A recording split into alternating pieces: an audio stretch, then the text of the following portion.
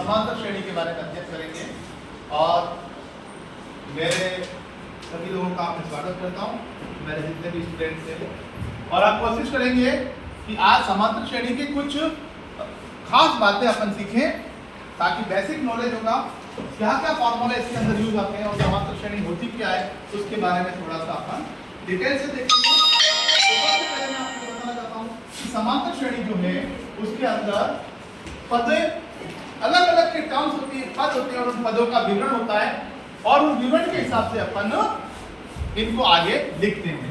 तो समांतर श्रेणी के अंदर एक ऐसी श्रेणी होती है जिनमें क्रमागत रूप से पद या तो घटते हैं या बढ़ते हैं।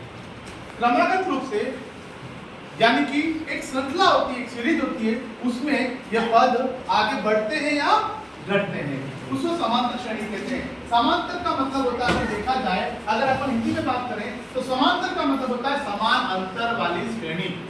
ठीक है बच्चों, समान अंतर वाली श्रेणी यानी कि अंतर समान रहता है, एक पद से दूसरे पद के बीच में जो अंतर होता है उसको अपन समान अंतर यानी कि इसको समान अंतर वाली सीरीज भी बोलते हैं, श्रेणी भी बोलते हैं।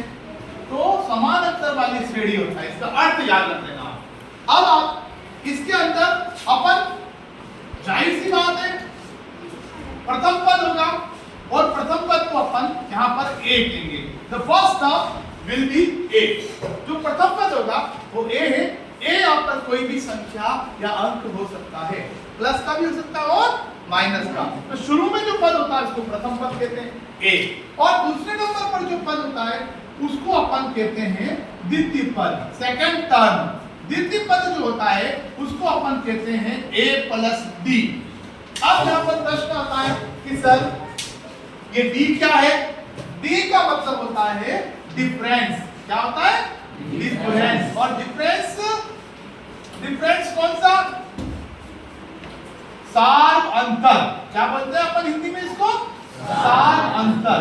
क्या होता है कि आपको दूसरे पद में से पहला पद घटा देना है, दूसरे पद में से पहला पद घटाना है, उससे आपको सार अंतर मिल जाएगा। और n का मतलब होता है पदों की संख्या, the number of the term, पदों की संख्या, उसको अपन बोलते हैं n। Number of the terms that is called number of the term, that is we can write symbol form n.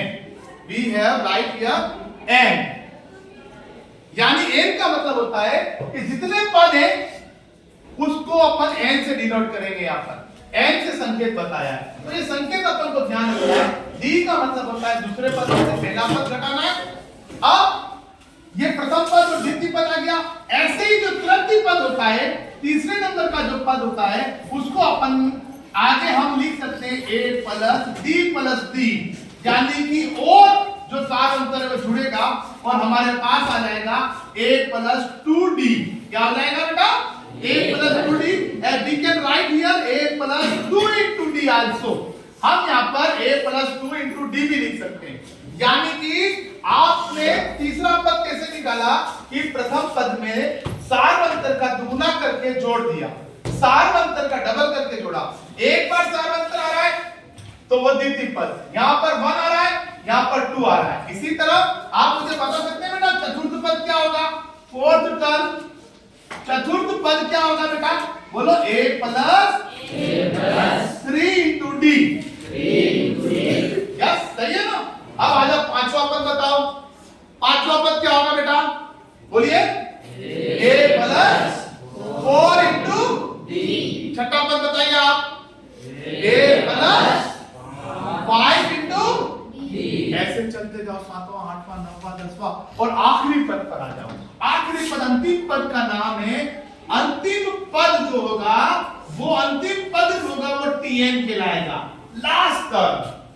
ठीक है, लास्ट टर्म जो होगी अंतिम पद वो कैसे निकलेगा? a प्लस ब्रैकेट में आपको लिखना है n माइनस 1 इंटू d। अब आप ध्यान से देखना बेटा, अब आप ध्यान से देखना, यहां पर देखो क्या लिखा था? a प्रथम पद। द्वितीय पद में क्या आया? d। इसमें 1d आया। देखो ध्यान से क्या आया? 1d। इधर देखो यहां पर क्या लिखा है? द्वितीय पद, और यहाँ क्या लिखा है 1। समझने की कोशिश करना, द्वितीय पद में 1 लिखा है, तृतीय पद में क्या लिखा है 1 कम आया ना, यहाँ 3 है और यहाँ पर शाबाश।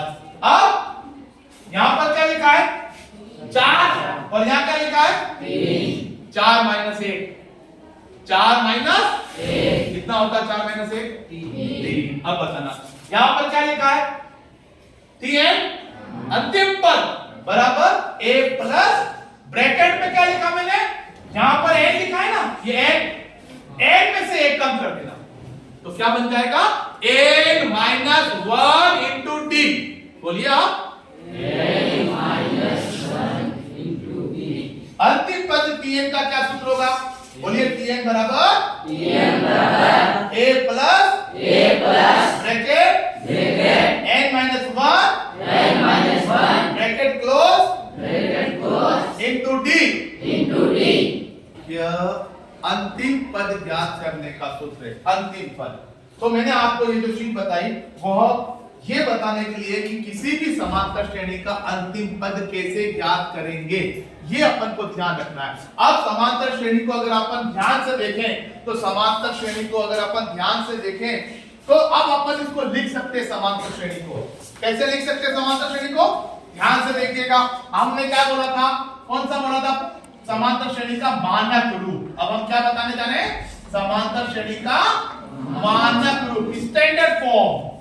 मानक रूप के ऊपर अपन डिस्कस करेंगे। समांतर श्रेणी का मानक रूप, मानक का मतलब होता है कि एक ऐसा जनरल फॉर्मेट जिसको अपन सब जगह प्रयोग में ला सकते हैं, उसको जनरल फॉर्म को कहते हैं हिंदी में स्टैंडर्ड फॉर्म यानी मानक रूप। मानक रूप एक तरह का फॉर्मूला होता है, जैसे स्ट्रक्चर होता है, कोई फॉर्मूला होता है, उसमें अपन मान रख देते हैं और वैल्यू रखने के बाद अपन कैलकुलेट करते हैं और आंसर निकालते हैं। तो समांतर श्रेणी का मानक रूप क्या होगा, a plus D a plus 2d and so on up to a plus bracket 8 minus 1 into d। ये जो अपन ने लिखा ये है समांतर श्रेणी का मानक रूप। एग्जाम में वो अगर सदर के या मल्टीपल चॉइस क्वेश्चन में या फिल इन द ब्लैंक्स में हिंदुस्तान में वो पूछ सकता है हमको, या 1 नंबर का क्वेश्चन अपन से पूछ सकता है कि what is the standard form of the arithmetic progression, अर्थात समांतर श्रेणी का मानक रूप लिखिए। तो you have to write a plus d a plus 2d a plus n minus 1 into d। यहां पर अपन समांतर श्रेणी के बारे में पढ़ रहे हैं कि समांतर श्रेणी क्या होती है। अब जवाब आया कि समांतर श्रेणी का जो मानक रूप होता है वो ये है।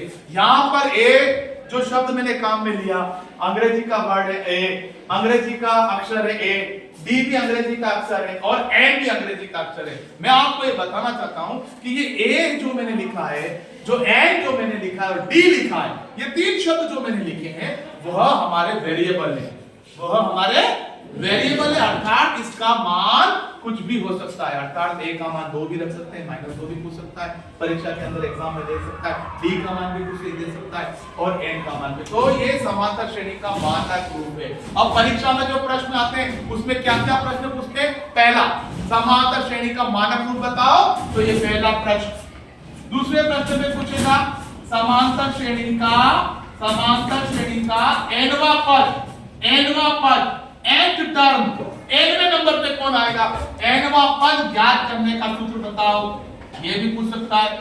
nवा पद ज्ञात करने का सूत्र लिखिए, ये भी क्वेश्चन आपसे वह पूछ सकता है। और तीसरी और इंपॉर्टेंट बात कि समांतर श्रेणी के उदाहरण बताइए। अब समांतर श्रेणी के उदाहरण बताओ। अब मैंने क्या कहा था, समांतर श्रेणी किसे कहते हैं बेटा, बोलो, समान अंतर वाली श्रेणी। अब ध्यान से देखना, अगर मैंने समांतर श्रेणी के उदाहरण में अगर मैं कहूं तो पहला अगर मैं कहूं अपनी गिनती ले लेते हैं, कौन समझाने के लिए बता रहा हूं, 1 2 3। क्या ये समांतर श्रेणी है कि नहीं है, बताइए आप, बताओ, समांतर श्रेणी है कि नहीं है, समांतर श्रेणी है। 2 बातें याद रखना समांतर श्रेणी में।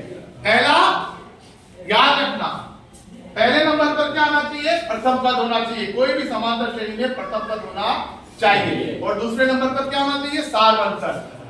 दो चीज होनी चाहिए, डी यानी डिफरेंस होना चाहिए, और अगर इनमें समान अंतर है तो वो समांतर श्रेणी है। ये जांच करने का तरीका, कोई भी समांतर श्रेणी है कि नहीं, तो दो चीजें होनी चाहिए। पहली, प्रथम पद होना चाहिए और सार्वंतर होना चाहिए। ये दोनों अपन चेक करेंगे। बताओ इसका प्रथम पद है? बोलो क्या है प्रथम पद? जिसको अपन ए बोलते हैं। प्रथम पद को अपन ए से डिनोट करते हैं। यहाँ पर प्रथम पद को मैंने क्या लिखा है? जहां जहां ए आया वो सब प्रथम पद। जहां पर डी आया बेटा वो है डिफरेंस यानी सार्वंतर। यानी इस समांतर श्रेणी में जो अंतर है, एक जैसा अंतर होना चाहिए, चाहे वो जोड़ में आए चाहे वो घटाने पर आए। अब देखो प्रथम पद ए का मान कितना है? बोलो यहाँ पर आप। शाबाश, ए। और सार्वंतर का क्या मान है? सार्वंतर डी का मान निकालो। ध्यान से देखिए आप, मैंने क्या कहा? डी कैसे निकालना है?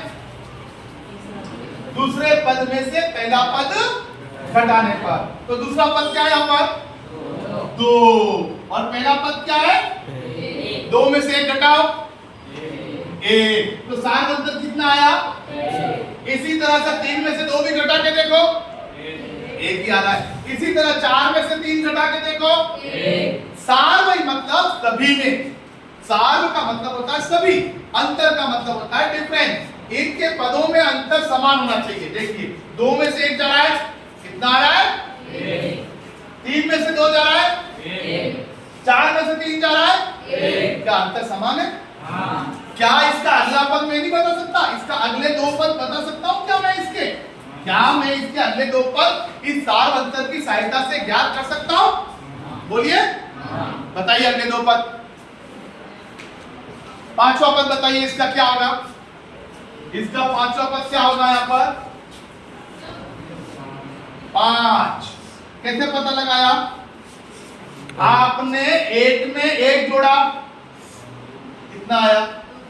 2 में 1 जोड़ा, 3 में 1 जोड़ा, 4 में 1 जोड़ा, 5। अगला पद क्या होगा? छठा पद 6। कैसे बात? 6 कैसे आया? 5 में 1 जोड़ा। ऐसे ही अगले पद अपन निकाल सकते हैं। एक और एग्जांपल देखते हैं अपन। एक एग्जांपल और लेते हैं, लास्ट आज का सेशन का ये लास्ट एग्जांपल देखते हैं, फिर कल अपन आगे इसको कंटिन्यू करेंगे। और उदाहरण, इसका एक और उदाहरण ले रहे हैं अपन। अगर कोई संख्या लिखी है, सपोज 3, 8, 13, 18। अब मैंने आपसे पूछा क्या ये समांतर श्रेणी है? जांच करो, क्या ये समांतर श्रेणी है या नहीं? क्या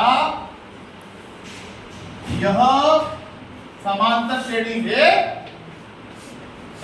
एपी अर्थमेटिक प्रोग्रेशन है या नहीं? इसका मतलब क्या करना है?